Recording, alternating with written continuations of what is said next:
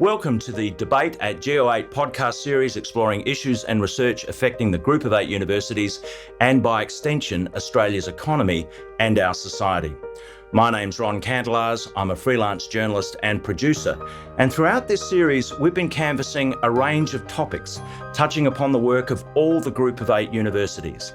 They include the Australian National University, Monash University, UNSW Sydney, the Universities of Adelaide, Melbourne, Sydney, Queensland, and Western Australia.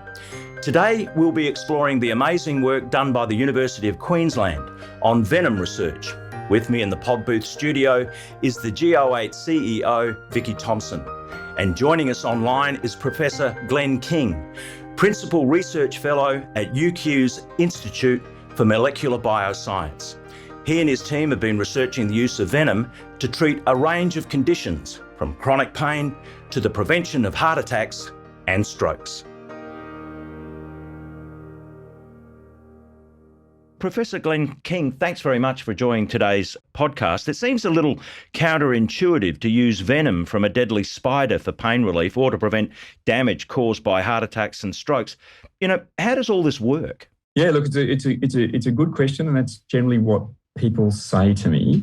But the reality is there's already 6 drugs that have been derived from the venoms of animals. The first of those was a blockbuster drug. So all modern antihypertensive drugs derive from a molecule that was found in the venom of a Brazilian viper.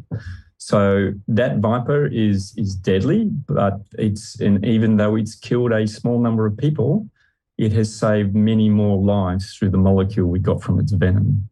So while it may sound strange to be looking in venoms for therapeutic compounds, people have been doing it for many decades and have been successful in some instances. What's a blockbuster drug?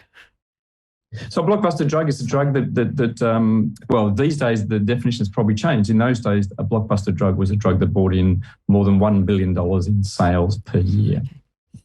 So that was happening with this drug in the late 80s, which was it was an extraordinarily successful molecule in those days. The molecule is called captopril, by the way, and it's still widely used as an antihypertensive drug 30 years later. I understand you and your team have been working on this sort of research for 21 years or so, and the University of Queensland is now home to one of the largest venom libraries in the world. How did that come about? Yeah, look, we started working on venoms in the mid-90s, and those of you that are older, like me, will remember that's about the time when we started to realise there was a crisis with chemical insecticides, in the sense that we realised some of them weren't good for our health, weren't good for the environment, and that insects were actually becoming quite resistant to many of them. And we were looking for new ways to develop eco-friendly insecticides. And my thought at the time was, well, surely spiders have worked this out a couple of 100 million years ago. Surely they must have molecules in their venom that would be good for killing insects. And so we went looking for such molecules. And of course, all the spiders have compounds that will kill insects. And the question was, did they have molecules that will kill insects but not kill us or birds or fish or even bees? And we were able to find these sorts of molecules. And we spun out a company in the early 2000s called Vestaron Corporation, now based in Michigan, the United States, that has now successfully developed compounds from Australian funnel web spider venom that are very safe and are being used in crops in the United States. So it may seem like a strange question, but as a young boy growing up, were you always captivated by these stranger elements of nature, spiders, snakes, etc.? Yeah, I actually was. So I actually went to an agricultural high school. So in Sydney, there are 2 agricultural high schools, James Roost and Hurlstone. And so I went to Hurlstone. And it was a wonderful school. We had 300 acres. It was a living farm there with cattle and sheep and chickens and the whole 9 yards. And I got really interested in bugs in particular, not specifically spiders, but invertebrates more than vertebrates. But it was a long time before I was able to go back to that passion. My career started as somebody interested in structural biology and cancer in particular. You're commercialising some of this research at the moment. Tell us about that. Yeah, so we were looking to try, the problem we have with stroke and heart attack is they are the 2 biggest killers in the world. So about 30% of all deaths every single year all around the world are due to those two disorders. And yet we don't have a single therapeutic molecule for treating either of them, which is a singular failure, if you like, of modern medicine. And so we're trying to find molecules, particularly trying to find targets that might be useful in the context of those injuries. They're both ischemic injuries where there's a lack of oxygen supply to the tissues. And so we found what we thought was an interesting molecular target, but we had to find a molecule that inhibited that target. And so, as usual, we went looking in our venom collection, and we were pretty agnostic about where the molecule might come from. We have venoms from spiders, scorpions, assassin bugs, hymenopterans from all around the world. And the winning molecule turned out to come from the Gari funnel-web spider. So the funnel-web spider came up trumps again. The molecule we got from its venom was about 50,000-fold more potent than the best-known small molecule inhibitor of that channel. And when we looked at it in the context of an ischemic stroke in rodents, we found that if we gave it within the first 4 hours after the stroke, we could diminish the brain damage by 80%, which was remarkable. Wow. And then we went on to show that it also was efficacious in the context of a myocardial infarction, a heart attack. And so on the basis of, and it also is incredibly good at maintaining the integrity of donor hearts that are destined for transplantation. So on the basis of all of that preclinical data, we founded a company called Infenza Bioscience. The name Infenza comes from the spider from which the molecule was discovered. And Infenza is now set up at the Translational Research Institute in Brisbane with a view to trying to get into clinical trials for heart attack by the end of 2023. Can I ask you about the team that sits alongside you and behind you? Because it sounds to me like it would be fairly multidisciplinary in terms of the research that you're doing. And I'm just wondering, in terms of that multidisciplinary, how that actually works and whether that's working in a really positive, functional way. Because, you know, research is never linear, as you know. You find these surprising things as you go along. And, you know, one of the challenges we often have in talking to some of our funders, for example, is they want to know that you're going to start here and you're going to end there, and it's going to be a product and you're going to commercialize it and it's going to make lots of money and save lives. But of course, the journey is often, you know, sort of, you know, hills and vales. So I'm just wondering about the team that's sitting alongside and behind you in getting to the startup and the spin-off that you've talked about. Yeah, it's a great question. I think the team is really critical. I think that it's really important that there's good science underpinning the company, but without a good team, it's not going to go anywhere. I think, as you say, well, academic science is somewhat non-linear. I think drug development has to be somewhat linear. There are certain absolute things you must do, and that's regulated by things like the FDA in the United States and the TGA here. So the pathway is pretty clear in terms of the things you've got to do, for example, in terms of toxicology and safety. But you need to have a team to implement that really knows what is required. And we were really lucky to recruit as our CEO Mark Smythe. Mark Smythe was most recently the founder of a company called Protagonist Therapeutics, an Australian company that at one stage was valued at about $2 to $3 billion on the NASDAQ. It's got several molecules currently in clinical trials. And Mark's been involved in about 5 companies, all developing peptide therapeutics. So he knows the space, he knows what's required. But the biology, as you say, Vicky, is a bit different. You know, nobody's developed a drug in this space, and so it's critical we had good biology as well. So we have Nathan Palpant, who's an expert in cardiac physiology, also here at the IMB is our head of biology, and he's been really critical for developing this in the cardiac space. But we have a really fantastic board of directors as well, and that includes Bob Graham, who ran the Victor Chain Cardiac Research Institute for 26 years. And his expertise is actually in myocardial infarction. And we have a fantastic scientific advisory board that provide expertise across stroke, myocardial infarction, drug development. Marie Smith, for example, is an expert in the toxicology space, and she'll be advising us in that area. So you're right, the team is really, really critical, and we spent a lot of time trying to get that right. And I know you've co-founded the biotech company Infenza Bioscience, and you've raised, I think, $23 million to develop the drug to clinical trials. One of the things that we often hear about is the lack of appetite, patient capital, if you like, you know, because it's a long time between research and delivery. And I'm just wondering, how hard was it for you and your team to raise that money and raise that capital, both from a actual practical way, but also in terms of the environment in Australia and the policy environment that we've had in the past in terms of research, R&D, and then commercialisation? Yeah, I think you hit the nail on the head. I think there's a lack of patient capital in Australia. It's a long process.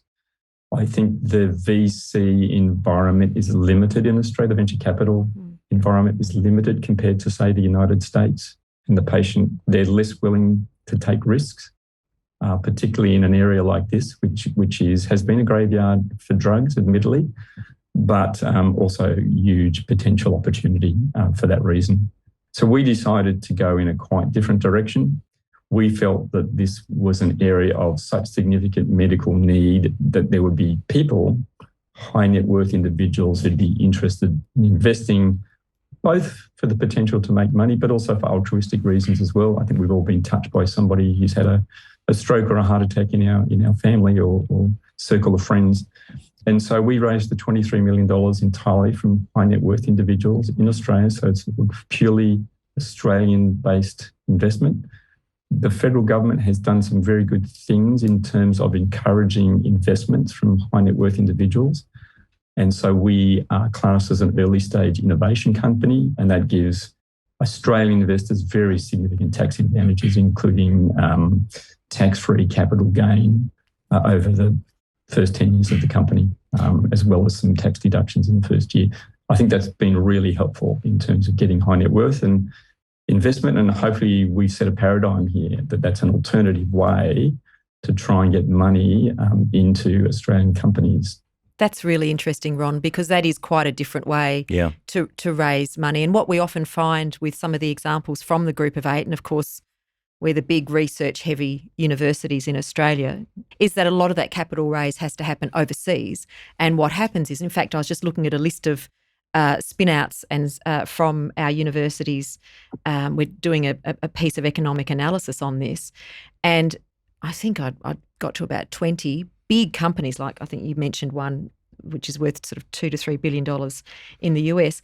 To kind of get that funding, they've had to go overseas. Yeah. And one of the things that, the former government was trying to do, and I think, there's also absolutely with this government and the minister that we have now, a commitment to this, is to set up a good commercialisation fund, a translation fund. And you'll recall we've talked on this podcast to Ian Jacobs about that. Yeah. We've talked to Dean Moss about that, to provide some of the seed funding to kind of get this underway. But this is a really unique proposition, at least as I would understand it, Glenn, to actually target high net worth individuals, to keep it in Australia, fund it in Australia. Yeah, I think your point, Vic, is absolutely right. And we were offered the entire amount by a single venture capital firm, and that would have required us to move the company to Boston. And one thing that we were really passionate about is trying to develop the biotech ecosphere here in Australia. We had too many examples of companies going offshore. We wanted to try and build it here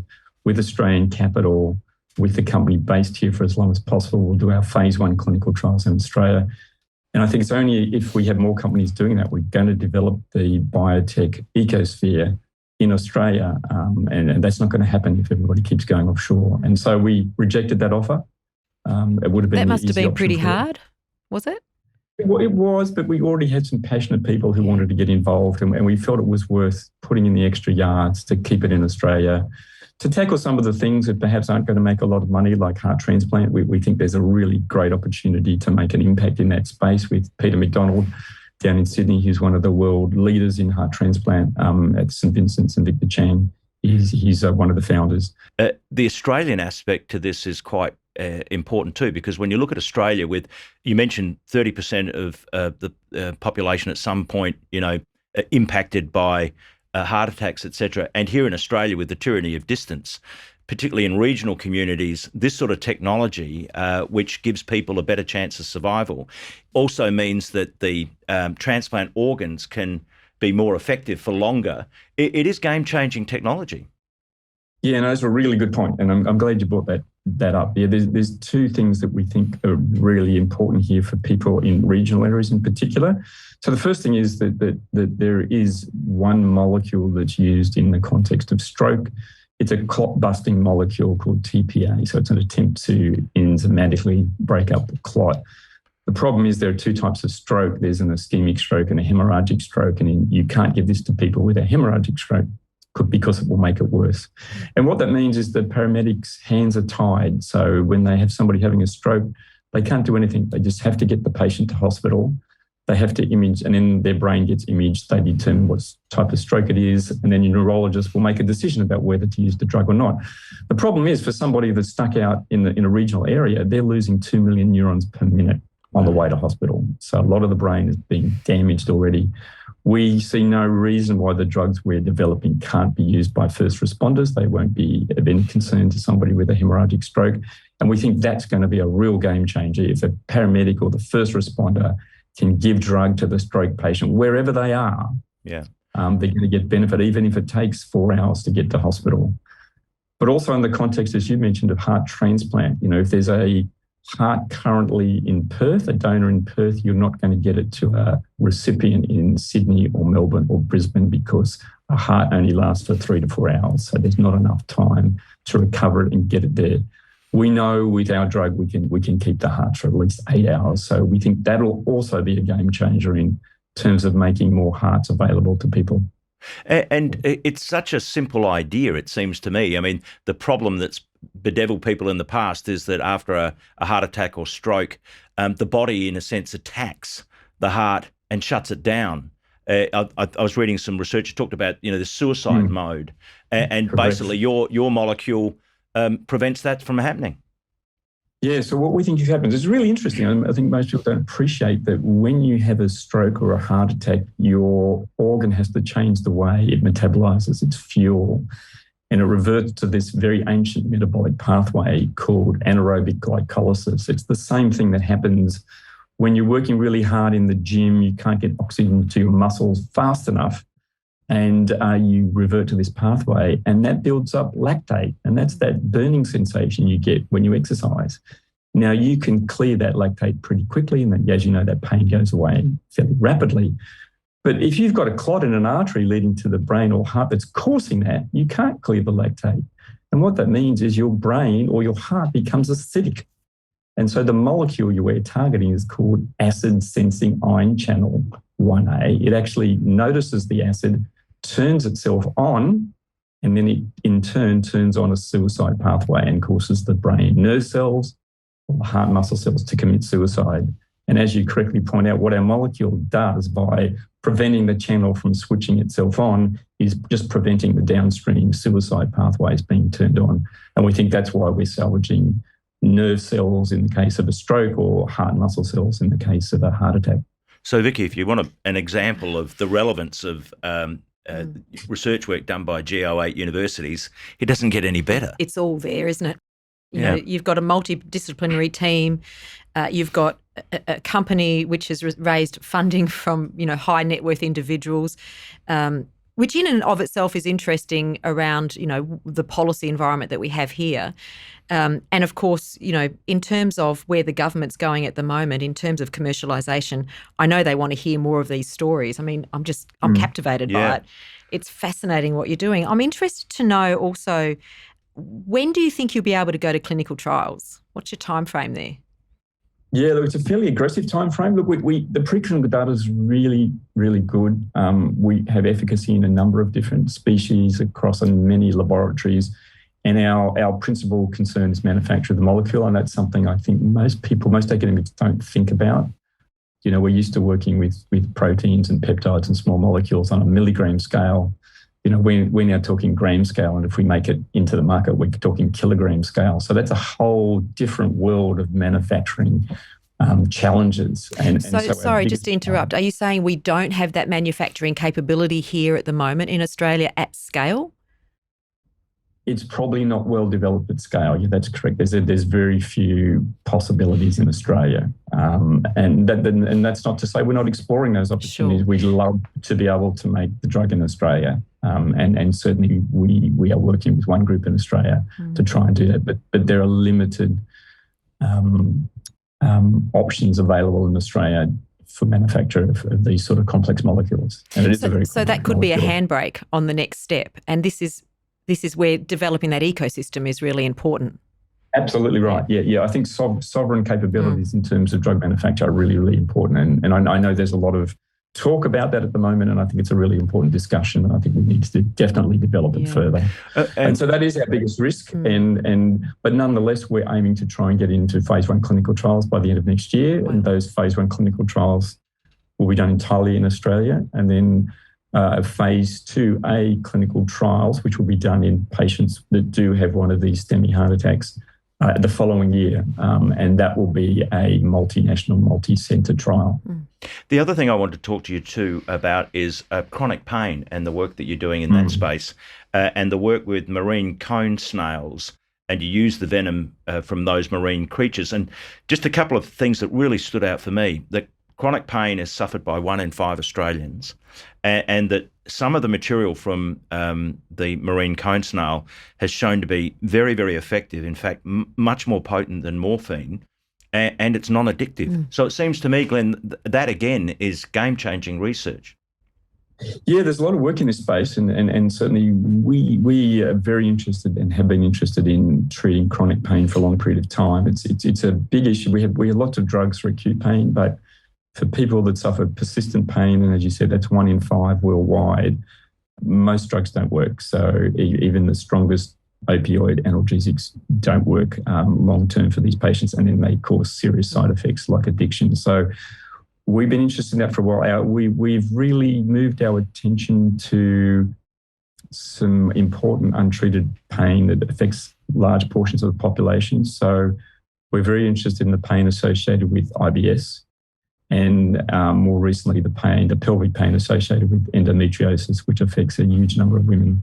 So that's been our focus. We have molecules that have really good efficacy in treating both of those types of pain, and we're working with OzHealth, who are based in South Australia, to try and take those molecules towards commercialisation. So that's, I think, the next big area for us in terms of commercialisation. What about pain associated with neurological illnesses? And I have to declare a conflict slightly. I'm on the Multiple Sclerosis Australia, MS Australia board, and I have personal experience with a sister who has long-term MS and is in chronic pain, and nothing works. And I'm just interested to know, are you looking at it also in terms of the impact on neurological diseases which cause chronic pain and lifelong pain?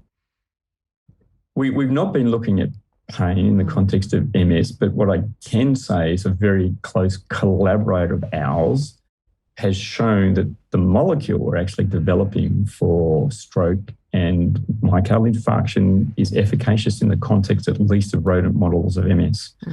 And there's been a lot of conflicting data out there about this target in the context of MS, but the data that I have seen confidentially looks fairly robust. And so that's an exciting development. So that's not targeting the pain directly, it's actually targeting the MS, the autoimmune disorder itself.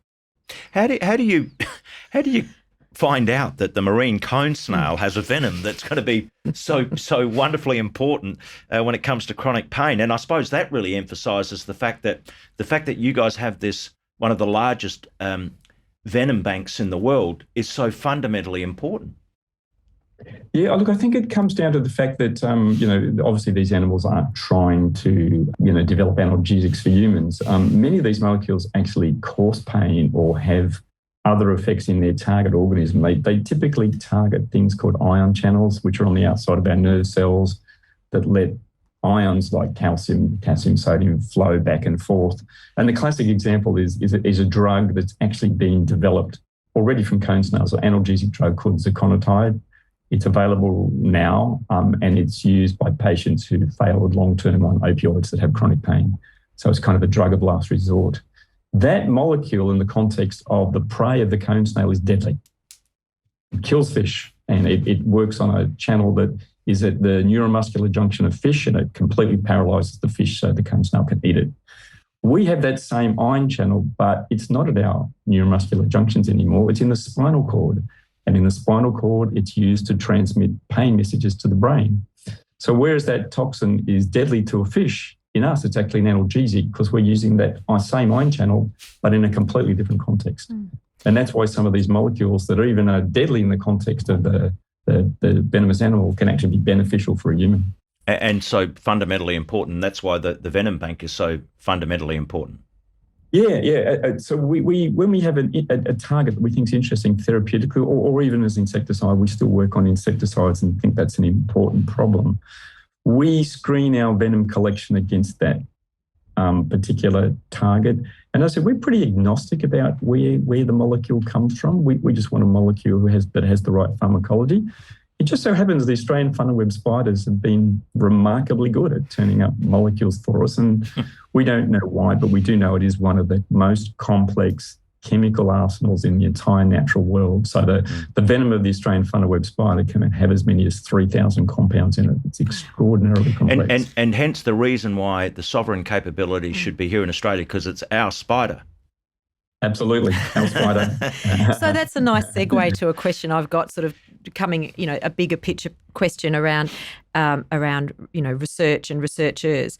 So how I came across this probably says more about me than anything, and you and the Venom Centre or the library was some issues around one of your PhDs who had some issues getting a visa because the Department of Defence, I think, deemed it as potentially a area of dual-use technology in some way, and which is a perennial issue, not just for this centre, but we're dealing with it right now. It's just, you've got people in bureaucracy reading sort of research topics and making decisions, and we're quite concerned about it.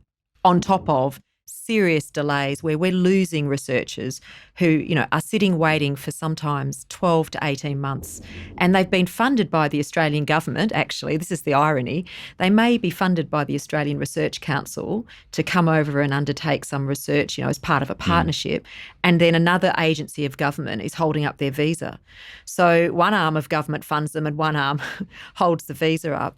And of course, what that means is those researchers, they'll just go elsewhere and we lose that great capacity. And so in this case, it was a Chinese national who did her honours degree at UQ. So she'd been at UQ for the whole time and she'd received a PhD scholarship in the area.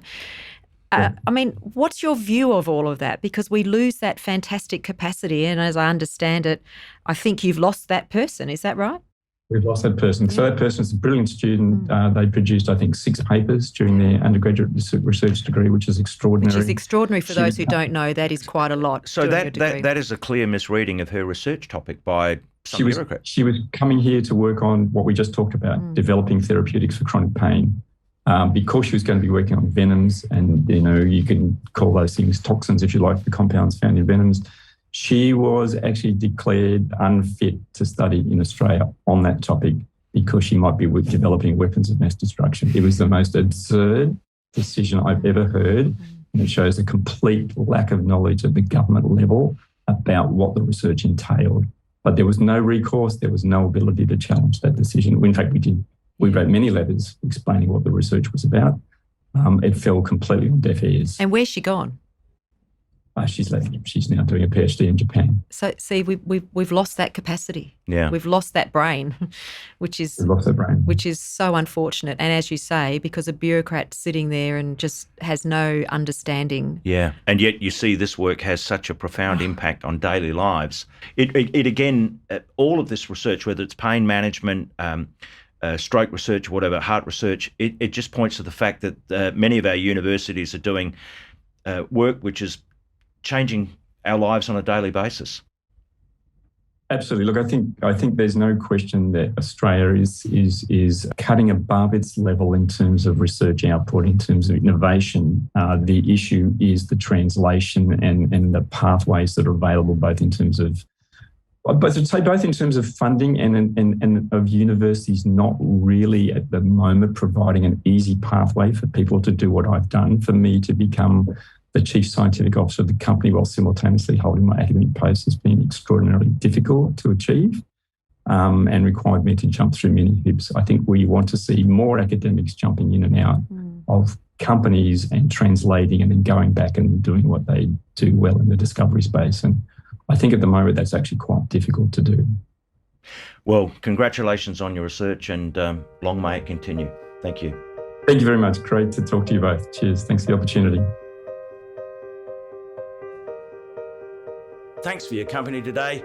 If you'd like more information about the issues raised in this podcast or other related topics, please visit our website at go8.edu.au. And a quick reminder, you can always tune in to the debate at Go8 on Spotify, Google, Apple or YouTube. Bye for now.